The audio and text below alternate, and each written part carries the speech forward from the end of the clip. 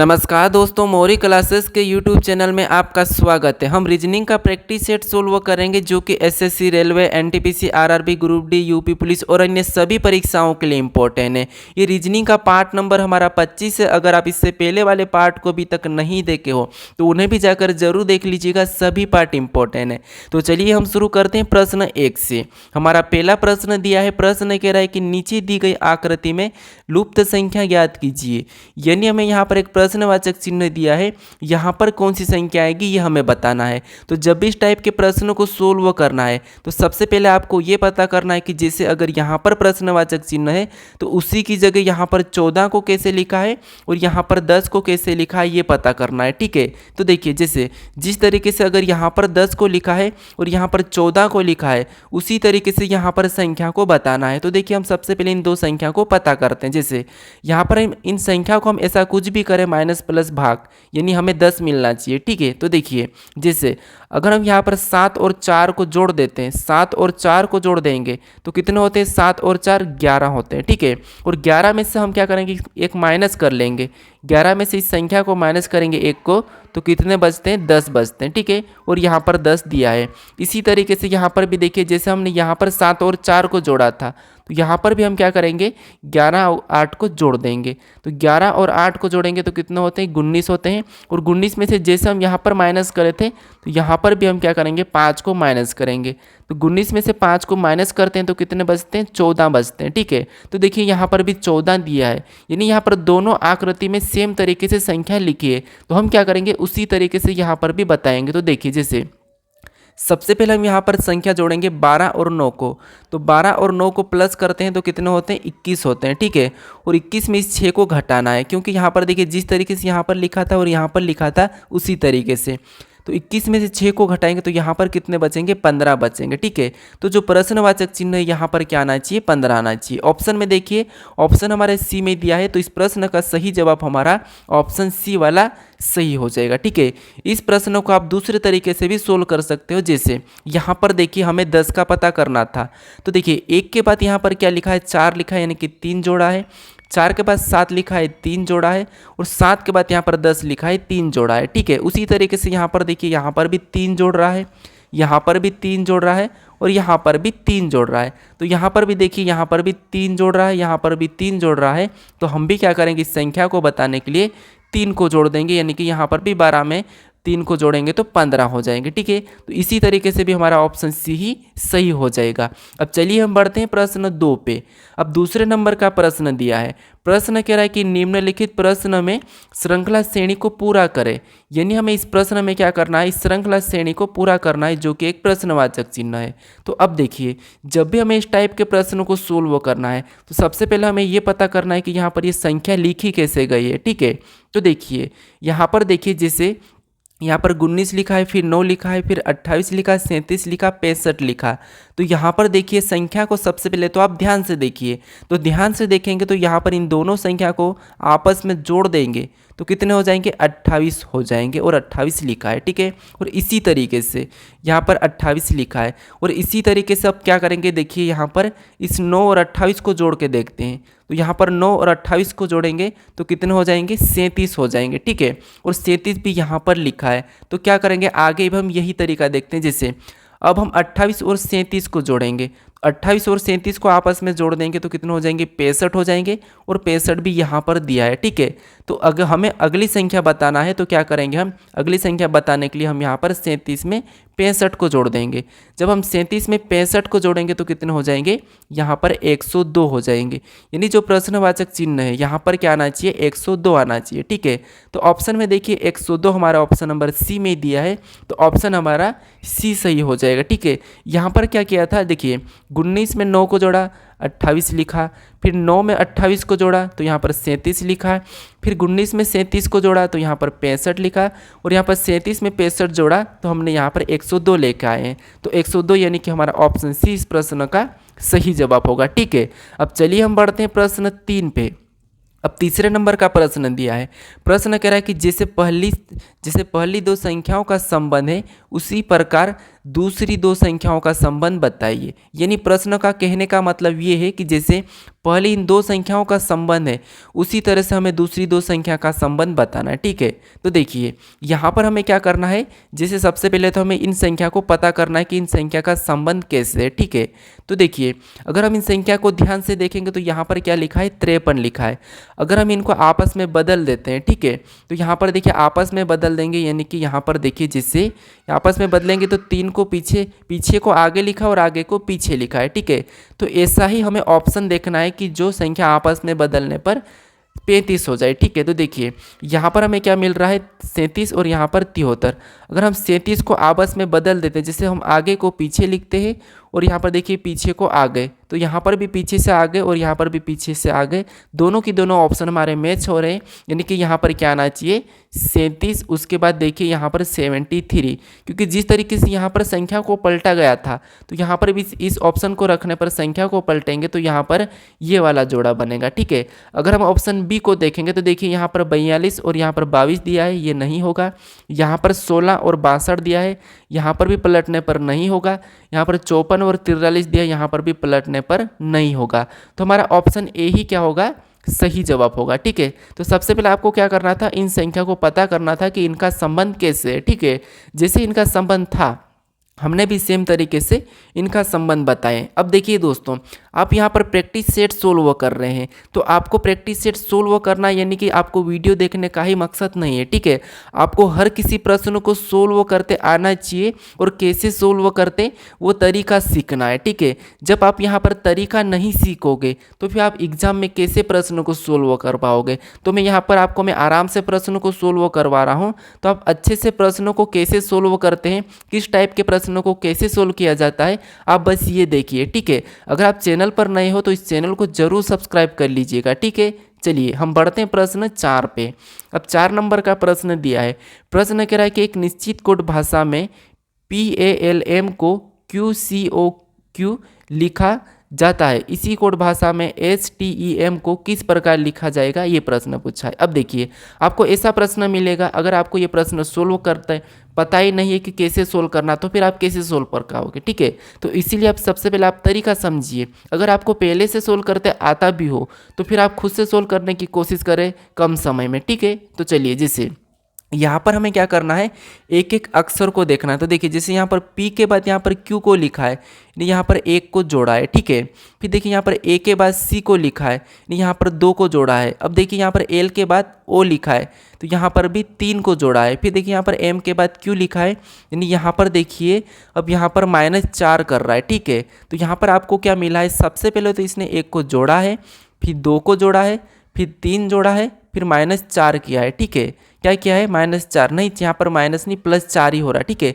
M 13 पे आता है और Q हमारा 17 पे आता है, तो यहाँ पर भी +4 हो रहा है। अब देखिए आपको क्या मिला, यहाँ पर +1 +2 +3 +4, तो आपको क्या करना है, इसी तरीके से एस हमारा 19 पे आता है, एक जोड़ेंगे तो कितने हो जाएंगे, 20 हो जाएंगे, और 20 नंबर पे टी आता है तो ये टी लिख लेंगे।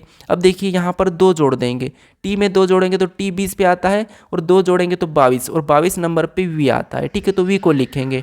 अब देखिए ई दिया है, ई हमारा ABCD में 5 नंबर पे आता है, और 5 पे हम अब क्या करेंगे, हम देखिए यहाँ पर 1 जोड़ा, यहाँ पर 2 जोड़ा, अगला हम 3 जोड़ देंगे, तो यहाँ पर देखिए 5 में 3 जोड़ेंगे तो 8 हो जाएंगे, यानी कि यहाँ पर H आएगा। ठीक है, फिर यहाँ पर M दिया है, M में 4 को जोड़ेंगे, तो देखिए यहाँ पर M में 4 को जोड़ देंगे तो Q हो जाएगा। ठीक है, यानी कि यहाँ हमने 4 को प्लस किया।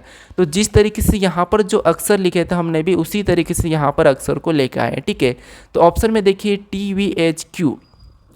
TVHQ ऑप्शन में देखेंगे तो ऑप्शन नंबर हमारे ए में दिया है, तो ऑप्शन नंबर हमारा ऑप्शन ए वाला सही हो जाएगा। ठीक है, चलिए हम बढ़ते हैं प्रश्न 5 पे। अब 5वें नंबर का प्रश्न दिया है, प्रश्न कह रहा है कि नीचे दिए गए विकल्पों में से विषम को चुनिए। यानी दोस्तों हमें यहाँ पर 4 विकल्प दिया है और हमें एक ऐसा विकल्प बताना है जो अलग है, तो हमें यही प्रश्न कह रहा है कि विषम को चुनिए। ठीक है, तो देखिए जैसे हम सबसे पहले ऑप्शन को देखेंगे यहाँ पर, क्योंकि इन प्रश्नों में हमें सबसे पहले ऑप्शन को ही देखना है, विषम देखना है तो हमें ऑप्शन को देखना है। तो देखिए जैसे यहाँ पर देखेंगे तो ये 5 लिखा है, ये 5 का वर्ग है और ये 5 का घन है, यानी इस संख्या का एक बार क्या है, वर्ग है, फिर दूसरा क्या है घन है।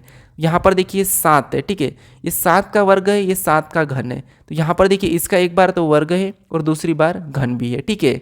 पीछे घन लिखा है और बीच में वर्ग लिखा है। अब यहाँ पर देखिए 6 लिखा है और ये 6 का वर्ग है और ये 6 का वर्ग नहीं है, तो देखिए घन नहीं है। तो ये एक बार तो इसने 6 का वर्ग लिखा है, लेकिन दूसरी बात इसका घन नहीं लिखा है, ठीक है, नहीं लिखा है। फिर देखिए यहाँ पर देखेंगे तो ये 8 का 64 वर्ग है और ये 8 का 512 घन है, यानी कि पहली बार वर्ग लिखा है और पीछे इसने घन लिखा है। तो अब देखिए आपको यहाँ पर अलग कौन सा दिख रहा है, यानी कि विषम कौन सा दिख रहा है। यहाँ पर पहली संख्या का दोनों की वर्ग और घन है, यहाँ पर भी वर्ग और घन है, यहाँ पर भी वर्ग और घन है, लेकिन यहाँ पर पीछे वाली संख्या घन नहीं है। 6 का घन होता है 216, कितना होता है 216, लेकिन यहाँ पर 108 लिखा है, ठीक है। तो ये हमारा क्या है, ऑप्शन अलग है, तो यही हमारा विषम होगा, यानी कि ऑप्शन सी हमारे इस प्रश्न का सही जवाब होगा, ठीक है। अब चलिए हम बढ़ते हैं प्रश्न 6 पे। अब 6 नंबर का प्रश्न कह रहा है, कि नीचे दिए गए शब्द का उपयोग करके कौन सा विकल्प नहीं बनाया जा सकता। यानी देखिए नीचे दिए गए शब्द का उपयोग करके कौन सा विकल्प नहीं बनाया जा सकता, ये प्रश्न पूछा है। अब देखिए जैसे हमें क्या शब्द दिया, ये दिया है, ये शब्द दिया है, ठीक है, यानी कि ये अक्षर है, तो हमें इसका प्रयोग करके ऑप्शन में बनाना है। लेकिन एक विकल्प ऐसा है जो नहीं बन रहा है, हमें यही पता करना है। अब देखिए यहाँ पर अगर हम ध्यान से देखेंगे तो एस दिया है, ई दिया है, यहाँ पर भी एस, यहाँ पर भी एस, यहाँ पर आई ओ एन, ये तो बन रहा है। फिर देखिए ये तो हमारा ऑप्शन ए वाला बना है। अब यहाँ पर देखिए पी को देखेंगे तो पी दिया है, यहाँ पर ओ को देखेंगे तो ओ भी दिया है, एस को देखेंगे तो एस भी दिया है, ई को देखेंगे तो ई भी दिया है, तो ये भी हमारा बन रहा है। ऑप्शन देखिए सी वाला, यहाँ पर पी दिया है, ओ दिया है, फिर देखिए यहाँ पर आई दिया है, एस भी दिया है और ई भी दिया है, तो ये भी हमारा ऑप्शन बन रहा है, ठीक है। तो ऑप्शन देखिए अब डी को चेक करेंगे तो ओ दिया है, लेकिन देखिए बी हमारा वहाँ पर नहीं दिया है और हमें यही पूछा था कि कौन सा विकल्प नहीं बन रहा। तो देखिए यहाँ पर बी दे दिया है और बी हमारा इस शब्द में नहीं है, तो इसीलिए हमारा ऑप्शन बी वाला नहीं बन रहा है। तो ये हमारा क्या होगा, सही जवाब हो जाएगा, ठीक है। कौन सा होगा, ऑप्शन डी वाला। अब चलिए हम बढ़ते हैं प्रश्न 7 पे। अब 7वें नंबर का प्रश्न दिया है, प्रश्न कह रहा है कि बी तथा क्यू भाई है। अब देखिए बी और तथा क्यू दोनों क्या है, भाई है, तो मैं ये भाई का बना देता हूँ, ये दोनों के दोनों भाई है, ठीक है। फिर देखिए क्यू एल का पुत्र है। अब देखिए क्यू क्या है, एल का पुत्र है, मान लीजिए ये क्यू है, ठीक है, ये क्या है, एल का पुत्र है, यानी ये एल का पुत्र है। अब देखिए हमने ये एल का पुत्र बनाया, तो यहाँ पर क्यू एल का पुत्र है, तो अब देखिए कैसा बनाएंगे, क्योंकि बी तथा क्यू तो दोनों भाई है, यानी यहाँ पर देखिए बी, ये बी और क्यू क्या है, दोनों भाई है, ठीक है, क्या है, भाई है, तो हम क्या करेंगे, इसको भाई का बनाएंगे। फिर देखिए आगे क्यू एल का पुत्र है, ये क्यू एल का पुत्र है, तो एल ऊपर चले जाएगा और ये इसका पुत्र है, ठीक है। फिर देखिए यहाँ पर देखिए एल जे का भाई है, यानी एल क्या है, तो एल जे का भाई है, तो ये क्या है, जे का भाई कौन है, एल है। फिर देखिए आगे कहा है कि जे एन का पुत्र है, यानी को जे है, ये क्या है, एन का पुत्र है, तो एन और ऊपर चले जाएगा, ठीक है, ये क्या है, पुत्र है। अब देखिए आगे पढ़ेंगे तो देखिए बी एन से किस प्रकार संबंधित है। अब देखिए यहाँ पर प्रश्न हमारा मेन आता है कि बी एन से किस प्रकार संबंधित है, यानी यहाँ पर जहाँ पर एन लगता है जिस अक्षर के साथ, उसी का संबंध हमें उल्टा बताना कि एन का बी क्या लगेगा, ठीक है। तो एन का बी क्या लगेगा, तो एन का बी क्या लगेगा, अब देखिए जैसे ये इसका बेटा है, ठीक है, और ये इसका भाई है, जे का भाई, यानी कि इसका ही बेटा भी है, ठीक है, ये भी इसका बेटा ही है। तो यहाँ पर देखिए इसके, यानी कि मान लीजिए, अब मैं आपको कैसे बताऊँ, जैसे ये अपना क्या है, पिता है, देखिए ये अपना कौन है, दादा है, ठीक है, ये एन अपना कौन है, दादा है, ठीक है, एन अपना क्या है, दादा है, और ये हमारा अपना कौन है, एल पापा है, और पापा और ये हम खुद है, ठीक है, ये हम क्या है, खुद है। अब देखिए ये हम खुद है। अब हमें प्रश्न क्या पूछा था कि यहाँ पर देखिए एन बी एन से किस प्रकार संबंधित, एन का बी क्या लगेगा। अब देखिए अगर ये हमारा दादा है तो हम हमारे दादा के हम क्या लगते हैं, पोते लगते हैं, ठीक है, पोत्र या पोते लगते हैं, हम हमारे दादा के क्या लगते हैं, पोत्र लगते हैं। तो ऑप्शन में देखिए तो ऑप्शन सी हमारा इस प्रश्न का सही जवाब होगा, ठीक है। चलिए हम बढ़ते हैं प्रश्न 8 पे। अब 8वें नंबर का प्रश्न दिया है, प्रश्न कह रहा है कि एक आदमी 9 किलोमीटर पूर्व की ओर, उसके बाद 12 किलोमीटर दक्षिण की ओर जाता है, उसके बाद प्रारंभिक और अंतिम बिंदु से बीच की दूरी ज्ञात करें। यानी देखिए हमारा ये दिशा और दूरी का है। जैसे दिशा आपको पता होगा कुछ इस टाइप से होती है, ऊपर की ओर उत्तर, नीचे दक्षिण और राइट में पूर्व और लेफ्ट में पश्चिम। ठीक है, ये दिशा। अब देखिए कोई व्यक्ति यानी कि आदमी यहाँ से चलना शुरू किया।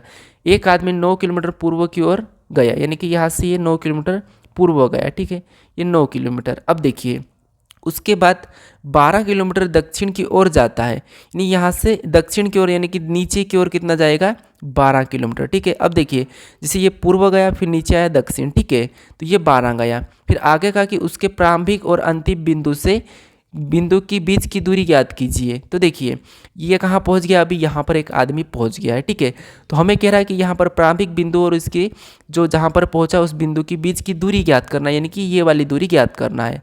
तो देखिए जब भी आपको ये वाली दूरी ज्ञात करना है तो आपको क्या करना है, समझिए इन संख्या का वर्ग करके जोड़ देना है। इन संख्या का वर्ग करके जोड़ना है, जैसे 12 का वर्ग होता है 144। ठीक है, और प्लस करेंगे 9 का वर्ग, 9 का वर्ग होता है 181। और इन दोनों संख्या को हम जोड़ देंगे। जब हम दोनों संख्या को जोड़ेंगे तो कितने हो जाएंगे, 4 और 1 5।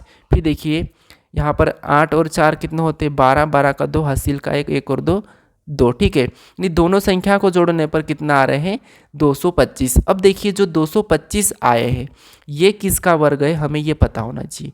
तो ये हमारा क्या है, ये हमारा 15 का वर्ग है। तो यहाँ पर जो बीच की दूरी है यहाँ कितनी हो जाएगी, 15 किलोमीटर। ठीक है, तो आपको क्या करना है, सबसे पहले ऐसा प्रश्न हो और बीच की दूरी पूछे तो क्या करना है, आपको यहाँ पर इस संख्या का वर्ग करना, इस संख्या का वर्ग करना और दोनों को जोड़ देना। और जोड़ने पर जो संख्या है वो किसका वर्ग आया ये आपको पता करना है। तो हमारा यहाँ पर 15 का वर्ग था, यानी कि 15 किलोमीटर। ऑप्शन सी हमारा यहाँ पर सही होगा। ठीक है, चलिए अब हमारा 9वें नंबर का प्रश्न दिया है। प्रश्न कह रहा है कि दी गई आकृति में कौन सा अक्षर पुरानी गाड़ियों को दर्शाता है। तो देखिए यानी हमें प्रश्न ये कह रहा है कि कौन सा जो अक्षर है जो पुरानी गाड़ियों को दर्शाता है। तो जो इस आकृति के अंदर है वो क्या है, गाड़ियाँ हैं जितने भी। और जो इस आकृति के अंदर है सारे नीला है, और जो इस आकृति के अंदर सारे पुराना है। यानी हम इस प्रश्न में नीले का नाम नहीं लिया गया है। ठीक है, तो इससे हमें कोई मतलब नहीं रखना, ना तो इसे हटाना और ना ही इसे कुछ भी नहीं करना। ठीक है, तो हमें तो क्या करना है, इन दो से मतलब रखना है। अब देखिए ऐसा कौन सा अक्षर जो कि पुरानी और गाड़ियों के दोनों के अंदर है। तो यहाँ पर देखेंगे तो ये जितने भी अक्षर यहाँ पर जो क्या है, गाड़ियों के अंदर है। ठीक है, लेकिन एक बात यहाँ पर देखिए, हमें यहाँ पर क्या कॉमन दिख रहा है, तो ए हमारा सिर्फ गाड़ी है तो इसीलिए ये नहीं होगा। यहाँ पर देखिए हमारा एक्स भी नहीं होगा, फिर इधर से बी नहीं होगा और यहाँ से वाई नहीं होगा। अब देखिए हमें यहाँ पर कौन कौन सा, देखिए वाई भी हमें पुराने के भी अंदर है और गाड़ियों के भी अंदर है, आर भी हमारा पुराने के अंदर है और गाड़ियों के अंदर है। तो इसीलिए हमारा यहाँ पर देखिए यहाँ पर क्या हो जाएगा, वाई और आर हो जाएगा। ठीक है, क्या हो जाएगा, वाई और आर। ऑप्शन में देखिए वाई तथा आर, तो ऑप्शन नंबर हमें ए में दिया है, तो ऑप्शन नंबर ए हमारा यहाँ पर सही होगा, यानी कि वाई तथा आर हमें पुरानी गाड़ियों को दर्शाते हैं। ठीक है, चलिए हम बढ़ते हैं प्रश्न 10 पे। अब 10वें नंबर का प्रश्न दिया है। प्रश्न कह रहा है कि नीचे दी गए शब्द का वेन आरेख बताइए। यानी यहाँ पर देखिए हमें प्रश्न ये कह रहा है कि नीचे दिए गए शब्द का वेन आरेख बताइए। तो देखिए आपको क्या करना है, इन शब्दों का वेन आरेख कैसा बनेगा ये बताना है। तो जब इस टाइप के प्रश्न को सोल्व करना है तो सबसे पहले आपको ये पता करना है कि यहाँ पर ये शब्द क्या दिए हैं। तो देखिए हमें विमान दिया है, पायलट दिया है और आकाश दिया है, यानी यहाँ पर इनका आपस में संबंध है। अब कैसे है, देखिए हम सबसे पहले आकाश का बनाते हैं, जैसे आकाश हमारा सबसे बड़ा चीज़ होता है तो ये हमारा आकाश से। अब देखिए ये हमारा आकाश का डायग्राम बनाया हमने। अब देखिए आकाश, अब विमान हमारा कहाँ पर उड़ता है, आकाश में उड़ता है, तो आकाश के अंतर्गत आएगा। ठीक है, फिर देखिए आकाश यानी विमान हमारा आकाश में उड़ता है तो आकाश के अंतर्गत आएगा। फिर दूसरा हमारा जो हमारा विमान का बना है यहाँ पर पायलट का बना है, फिर आकाश का बना है। अब पायलट किसको चलाता है, विमान को चलाता है, तो ये भी विमान के अंतर्गत आएगा। ये डायग्राम कैसा बनेगा, इस टाइप से बनेगा। ऑप्शन में देखिए सी में दिया तो ऑप्शन सी हमारा सही जवाब होगा। ठीक है, क्योंकि देखिए आकाश में एरोप्लेन होता है तो ये एरोप्लेन का है, और एरोप्लेन को पायलट चलाता है ये पायलट का है। ठीक है, ऑप्शन सी हमारा सही होगा। चलिए 11 नंबर का प्रश्न दिया है। प्रश्न कह रहा है कि दी गई आकृति श्रृंखला को पूरा करे। यानी हमें यहाँ पर आकृति एक श्रृंखला दिए और जो प्रश्नवाचक है यहाँ पर कौन सी आकृति आएगी ये प्रश्न पूछा है। ठीक है, तो अब देखिए, जैसे यहाँ पर हमें क्या करना है, सबसे पहले इन आकृतियों को देखना है। तो जो हमें यहाँ पर पहला वाला जो नीचे का पत्ता दिख रहा है, यहाँ पर 1 था, यहाँ पर 2 हुआ और यहाँ पर 3 हुआ। तो अगला आपको पता होना चाहिए क्या हो जाएगा, 4 हो जाएगा। ठीक है, क्या हो जाएगा, 4 हो जाएगा।